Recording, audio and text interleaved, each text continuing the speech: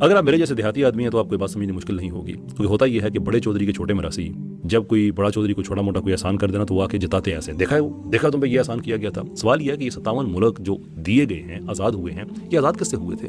یہی مسئلہ ہوتا ہے بڑے چودھری کا چھوٹا مراسی بننے کا۔ کچھ لوگوں نے تضحیک آمیز الفاظ ہمارے حوالے سے استعمال کیے تھے اور کہا تھا کہ آپ بڑے چودھری کے چھوٹے مراسی ہیں، نامناسب بھی تھا۔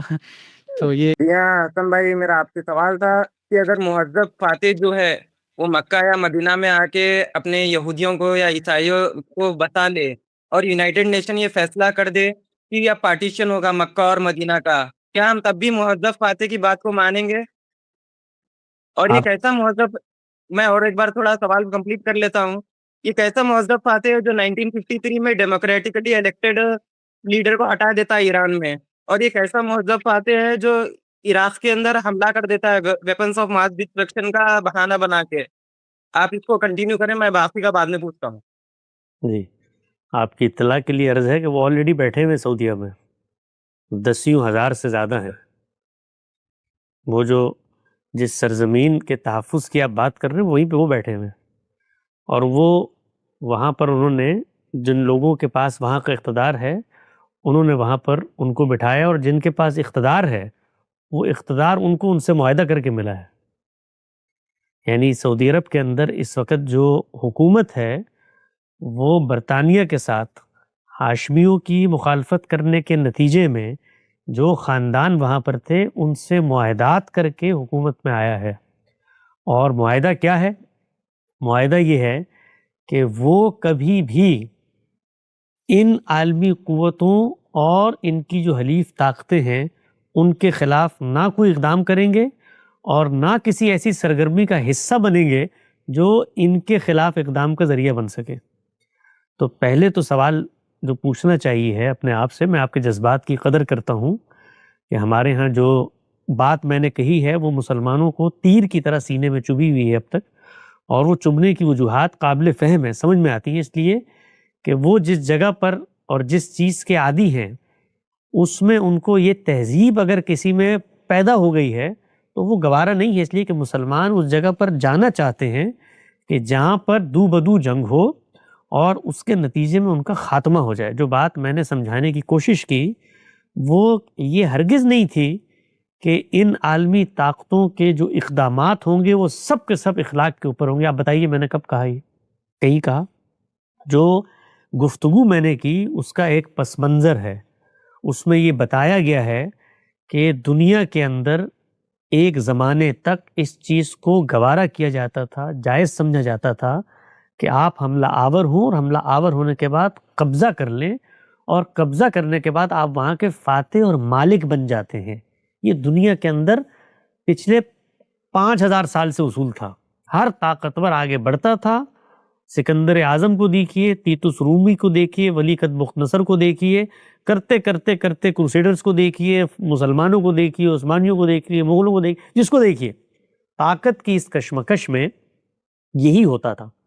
حملہ کرتے تھے، قبضہ کرتے تھے، باجگزار بناتے تھے، آگے بڑھتے تھے۔ بتانے کی یہ کوشش کی کہ خود بڑے فاتحین آپس میں جب برسر پیکار ہوئے تو ان کو پتہ چلا کہ بھائی اس کے نتیجے میں جو حرث و نسل کی تباہی ہوتی ہے کیا دنیا اس کی آگے متحمل ہو سکتی ہے؟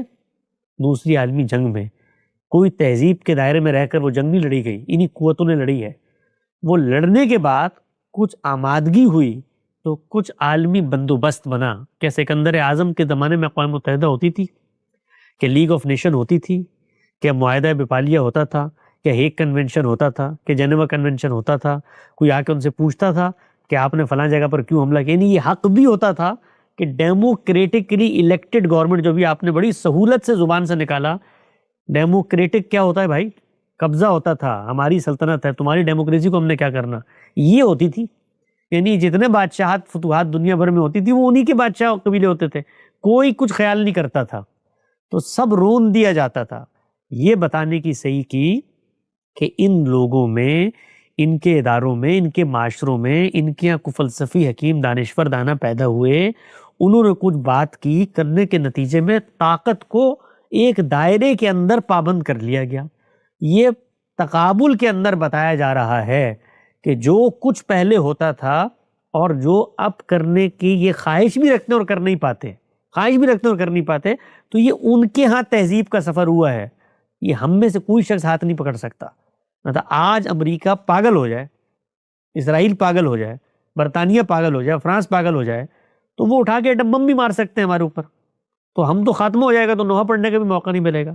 اگر ان کے ہاں یہ تہذیب پیدا ہوئی ہے کہ یار ایکسپینشنز نہیں کرنی، اس طریقے سے قبضے نہیں کرنے، اتنی تہذیب ہے، مہذب فاتح تقابل میں اتنے ہی ہیں، یہ پیدا ہوئی ہے، تو بھائی ہمارے لیے تو خوشی کا باعث ہے نا کہ ہماری سلطنتیں ختم ہو گئی تھی، ہمیں کچھ حاصل ہوا، تو ہم ان کی اس تہذیب سے فائدہ اٹھائیں اور اپنی تعمیر و ترقی کریں، جیسے ملیشیا نے کی، انڈونیشیا نے کی، ترکی نے کی، کچھ پاکستان نے کی، کچھ اور ملکوں نے کی، عرب ملکوں نے کی، تو کریں۔ کچھ تھوڑے سے تہذیب میں بیٹھے ہوئے روز آ کر وہاں سے گھوڑا نکال کر اس طرف نہیں چل پڑتے تھے کہ آؤ یہاں پر پھر ہم نے سلیب لہرانی ہے۔ ممالک موجود ہیں، 70 سال ہو گئے انہوں نے یہ جو لبادہ اوڑھا ہوا ہے، اس کے باوجود اچھا اس لبادے کو اوڑھنے کے بعد کیا ان کی طاقت کا خاتمہ ہو گیا ہے؟ یعنی تہذیب یافتہ ہونے کا یہ مطلب ہے کہ وہ اپنی طاقت کا خاتمہ کروا دیں آپ سے، اور طاقت کا خاتمہ ہوگا کیسے؟ ظاہری بات ہے کوئی دوسری طاقت سامنے آئے گی، تو آپ کو طاقت کی ایکسپینشن کا حق ہے، آپ سب سے بڑے مہذب ہیں، تہذیب میں کھڑے ہوئے ہیں، مسلمان نیشنز، آپ کو حق ہے، ایران کو حق ہے، اور کویت کو حق ہے، اور عراق کو حق ہے کہ وہ اس پر حملہ کرے، اور مراکش کو حق ہے کہ وہ الجزائر پہ حملہ کرے، یہ آپ کو حق ہے طاقت کے لیے، پاکستان کو حق ہے افغانستان پہ حملہ کرے۔ تو وہ جو عالمی طاقتیں جن کے پاس حقیقی طاقت ہے، وہ اپنی طاقت کو، اپنی چودراہٹ کو برقرار نہیں رکھیں گی، تو اس کا ان کی تہذیب سے کوئی تعلق نہیں ہے، اس کا تعلق تو ان کی طاقت سے ہے۔ تو وہ یہ کہتے ہیں کہ ہم چودھری ہیں، چودھری بن کے رہیں گے، ہماری چودراہٹ کو جب تم چھیڑو گے تو پھر اس کے نتیجے میں، اب مثال کے طور پر ڈیموکریٹکلی الیکٹڈ گورنمنٹ تھی، وہ جو وہاں پر لوگ موجود تھے، کمیونسٹ پوری کی پوری تحریکیں موجود تھیں، مصدق کی اگر آپ حکومت کی بات کر رہے ہیں، تو ایک طاقت کو یہ خوف لاحق ہوا کہ وسائل بھی ہم سے لینے ہیں، اور اس کے نتیجے میں دوسری طاقت کا اس خطے میں اثر بھی پیدا ہو جائے گا۔ تو دو ہی رویے ہوتے ہیں دنیا میں، یا افہام و تفہیم سے اپنے جائز حقوق کو حاصل کرنا۔ یہ جتنی قومیں آئی ہیں تیل نکالنے کے بعد، پہلے مرحلے میں جو زیادتیاں تھیں وہ تدریج سے کیسے بہتر ہوئیں۔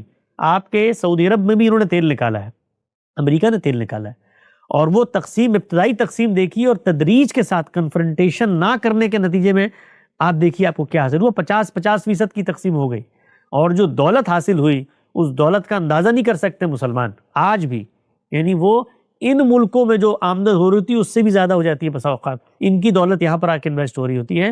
تو دو طریقے ہیں دنیا میں، یا لڑیں مریں پھر روئے مت، یا جو طاقتور لوگ موجود ہیں ان کے ہاں اگر کوئی تہذیبی اقدار آ چکی ہیں تو ان کو متوجہ کر کے ان کو مجبور کیا جائے کہ یار یہ تو آپ بھی مانتے ہیں نا، یہ کام نہیں کرنا، ٹھیک ہے ہم آپ سے لڑائی مول نہیں لیتے، ٹھیک ہے ہم آپ کی طاقت کو چیلنج نہیں کرتے، نہیں آپ نے طاقت بھی چیلنج کرنی ہے، آپ ان کے خاتمے کا خواب بھی دیکھیں، جو مساوی طاقتیں ہیں وہ بھی اپنے آ کر وہاں پر میدان عمل میں اتریں، یہ سارے کام ہو، اس کے بعد آ کے نوحہ کریں جی فلاں تو مہذب تھا تو اس نے ہم پر حملہ کیوں کر دیا، فلاں مہذب تھا تو اس نے ہمارے ساتھ یہ کیوں کر دیا۔ تو بھائی جب آپ آئیں گے آمادہ جنگ ہو کر، تو اگلے نے تہذیب کا دامن اوڑھا ہوا تھا، اپنے آپ کو چودھری بنا کر بیٹھا ہوا تھا، جب اس کی چودراہٹ کو آپ چیلنج کریں گے تو پھر تہذیب اس کا مسئلہ ہے، وہ اس پہ کتنا عمل درآمد کرتا ہے، میں کچھ نہیں کر سکتا اس موقع کے اوپر۔ جی بہت خوب وہ حسن ہماری جی۔ بیٹیوں کو چاہے جو کچھ کرے، ہمارے آگے وسائل کو لوٹیں۔ آپ نے جانی ہارس کا وہ how U S stole Middle East دیکھا ہے؟ وہاں پر اس نے ایکسپوز کیا ہے کیسے مڈل ایسٹ میں جتنے بھی کانفلکٹ ہے اس کے اندر یو ایس کا ہاتھ ہے۔ آپ جب دیکھتے تب آپ کو پتا چلتا نا حسن بھائی، مطلب اب مکے میں اندر آ جائیں وہ لوگ، مکے کے اندر بھی آ کے قبضہ کر لیں، اور یو این وہاں پہ یہ ڈیسیزن دے دے کہ یو این میں ووٹنگ میں کہ وہاں پہ اب مکے کا بھی پارٹیشن ہوگا، تو ہم مکے کا بھی پارٹیشن کرنے کے لیے ریڈی ہو جائیں گے، کیونکہ اب یونائٹیڈ نیشن لے کر آئے ہیں۔ آپ نے اس کا جواب نہیں دیا ڈائریکٹلی، مکے کے اندر بھی اگر پارٹیشن یو این ڈیسائیڈ کر دے تو کیا کریں گے؟ مکے پہ آپ کے علم کی حد تک بتا رہا ہوں کہ کئی دفعہ قبضہ ہو چکا ہے، پہلے لڑائیاں بھی ہو چکی ہیں، جنگیں بھی ہو چکی ہیں، حجر اسود کو وہاں سے لوگ نکال کے لے بھی گئے ہیں، بڑے عرصے بعد واپس آیا ہے۔ تو اگر ہمارے پاس طاقت ہوگی تو ہم مقابلہ کریں گے، طاقت نہیں ہوگی تو شکست کھا جائیں گے بھائی۔ مکے والوں کے پاس بھی طاقت نہیں ہوگی تو شکست کھا جائیں گے۔ مکے پہ جب ابراہا نے حملہ کیا تھا تو اللہ تعالیٰ نے پھر آندھیاں چلائی تھیں، اللہ ہی مداخلت کرتا ہے، اور اللہ کی مداخلت کے بھی کچھ قوانین ہیں، اگر آپ اس جگہ پر کھڑے ہوں گے تو مداخلت ہوگی۔ تو آپ اپنے تاریخ کے مطالعے کو بڑھائیں، جس مکے کے بارے میں آپ مفروضہ قائم کر رہے ہیں، اگر ہو چکا ہے، کئی دفعہ ہو چکا ہے، دیواریں گر چکی ہیں، اس کی آپس کی لڑائیوں میں گر چکی ہیں، یہ مکے پہ ہو چکا ہے سب کچھ.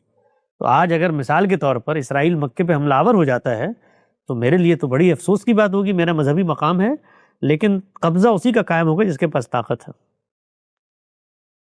جی بہت شکریہ ابرار الدین صاحب، جناب ہم آپ سے اجازت لینا چاہیں گے. جزاک اللہ خیرہ. حسن بھائی ہم مزید سوالات لے سکتے ہیں؟ جی ایک دو لے لیں بس. جی ویسے حسن بھائی ایک اور چیز میں عرض کرنا چاہ رہا تھا. ابھی آپ نے مزاحیہ انداز کے اندر سپر پاورز کو چودھری کہا تو اس پر کچھ لوگوں نے تضحیک آمیز الفاظ ہمارے حوالے سے استعمال کیے تھے اور کہا تھا کہ آپ بڑے چودھری کے چھوٹے میراثی ہیں. نامناسب بھی تھا. تو یہ اس طرح کی نہیں ویڈیوز یار، کچھ کوئی گزری ہیں؟ لوگوں کو حق ہے، لوگوں کو ہر انسان کو بات کرنے کا حق ہے، وہ بات کریں. سر سید علیہ رحمہ جس وقت برطانیہ گئے ہیں ابتدا میں، ٹھیک ہے نا، اور انہوں نے وہاں پر جا کے حالات واقعات صورتحال کا جائزہ لیا ہے، تو آ کر بتا دیا برے صغیر کے لوگوں کو کہ تمہاری باری جا چکی ہے تمہاری باری. اب ان کے ساتھ اوبیڈینٹ بن کر معاملات کو آگے بڑھاؤ، اسی میں تمہاری خیر و بقا ہے. تو اسی طریقے سے لوگوں نے ان پر بھی الزامات لگائے. میں کو اپنی حیثیت عرفی اس جیسے مفکر کے قدموں میں بھی نہیں رکھتا، لیکن نتیجہ کیا ہوا؟ لوگ ہنسے، ٹھٹا اڑایا، ان کی شخصیت کو مسخ کیا، کردار کشی کی، سب کچھ ہوا. لیکن نتیجہ کیا نکلا؟ نتیجہ یہ نکلا کہ جو لوگ اپنے آپ کو چودھری سمجھتے تھے ان کو پھر انگریزوں نے یہاں پر میراثی بنا کے رکھا، پھر وہ رہے یہاں پر. تو آپ اپنے آپ کو جو بھی کہیں وہ پھر زمانہ فیصلہ کر لیتا ہے کہ کیا صورتحال ہوتی ہے. تو پھر یہاں پر جو برصغیر میں ہم نے 100 سال گزارے ہیں، اس مخاصمت کے نتیجے میں جو 1857 میں ہوئی، تو پھر دنیا پہ واضح ہو گیا کہ کون چودھری ہے کون. حسن بھائی ایک اور چیز بھی بتا دیں کہ اگرچہ کہ انگریزوں نے ہمارے ساتھ بہت سی چیزیں کی تھی، لیکن ہم ہمیشہ انہی لوگوں کو پریز کیوں کرتے ہیں جو کہ بڑے چودھریوں کے خلاف جو ہیں آواز اٹھاتے ہیں. جیسے ٹیپو سلطان کو بڑے اچھے الفاظ سے یاد کیا جاتا ہے، وہیں پر جو نظام آف حیدرآباد تھے ان کو ہمیشہ کمپرومائزڈ کہا جاتا ہے. تو ہمیشہ یہ چیز کیوں ہم پریز کرتے ہیں کہ جو مورل گراؤنڈ کو ہمیشہ کوالیفائی کرتے ہیں تو ہم اسی کو پریز کرتے ہیں؟ مذہبی جو لوگ ہوتے ہیں ان کے ہاں چونکہ مذہب ایک خبر کے طور پہ آیا ہوتا ہے، اور اس خبر میں اللہ تعالیٰ کی نصرت اور مائیت کا جو ظہور پیغمبر کے ساتھ ہوتا ہے، وہ چونکہ پیغمبر کی قوم کا حصہ بن کے کھڑے ہوتے ہیں، تو ان کے ذہن میں یہ بات راسخ ہو جاتی ہے کہ دنیا کا قانون عالم اسباب میں نہیں چل رہا. یہ میں آپ کو اندر کی بات بتاتا ہوں، میں خود اس پورے مرحلے سے گزرا ہوں، 10-12 سال گزرا ہوں. میں بہت کم عمری میں اس جذباتیت میں مبتلا ہوا.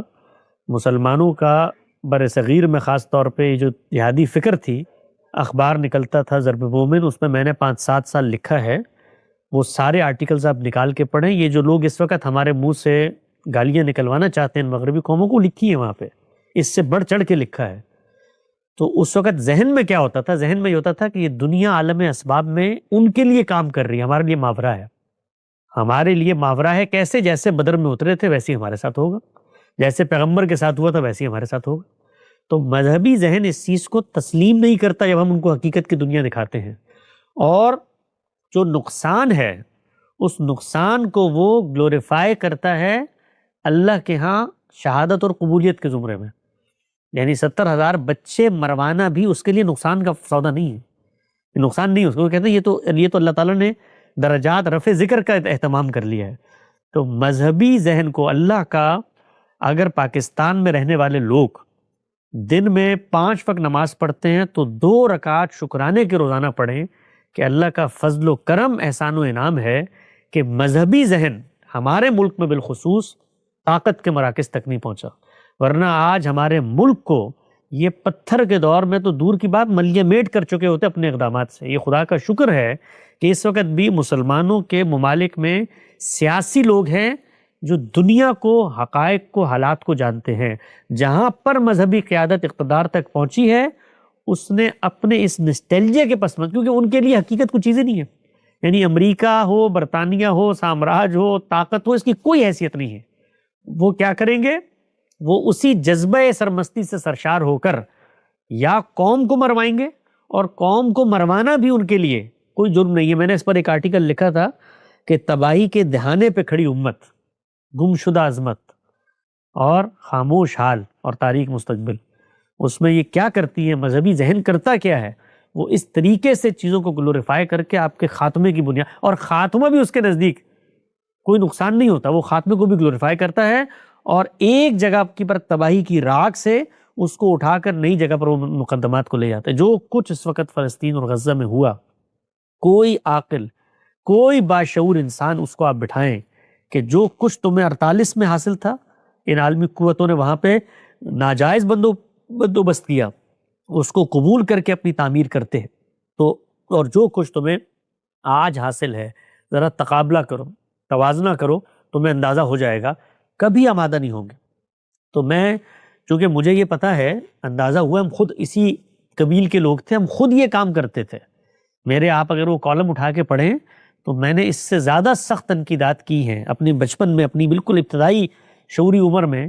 تو میں سمجھتا ہوں ان چیزوں کو کہ یہ جو لوگ اس طرح کی باتیں کرتے ہیں، وہ جس جگہ قوم کو لے جانا چاہتے ہیں، جو جذباتیت پیدا کرنا چاہتے ہیں، اس کا نتیجہ ہلاکت نکلے گا، اور وہ ہلاکت بھی ان کے نزدیک، وہ کہتے ہیں کہ یہ ہلاکت بھی خیر ہے، جبکہ دین اور شریعت کیا کہتی ہے؟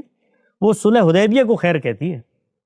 وہ اس موقع پر یہ لوگ ہوتے تو نعوذ باللہ من ذالک شاید پیغمبر کا ہاتھ پکڑ لیتے اور کہتے کہ یہ آپ کیا کر رہے ہیں، صلح کر رہے ہیں یہاں پر، یہ تو جھکنا ہے ان کے سامنے۔ لیکن آپ دیکھیے دین کا مزاج کیا ہے، قرآن کا مزاج کیا ہے، وہ بتاتا ہے لا یکلف اللہ نفسا الا وسعہا، آپ پر کوئی حد وسع سے اوپر کوئی ذمہ داری نہیں ڈالی گئی۔ دنیا میں زیادتی ہو رہی ہے، اللہ پوچھے گا، اللہ کا نظام بھی چل رہا ہے، آپ کے ہاتھ میں نہیں ہے، صبر کریں، ہجرت کریں، شکر کریں جو کچھ حاصل ہوا ہے، اپنی تعمیر کر لیں، ان شکرتم لازیدنکم، اپنی تعمیر کریں۔ لیکن جو یہ مذہبی ذہن ہوتا ہے وہ ان چیزوں کو نہیں سمجھتا۔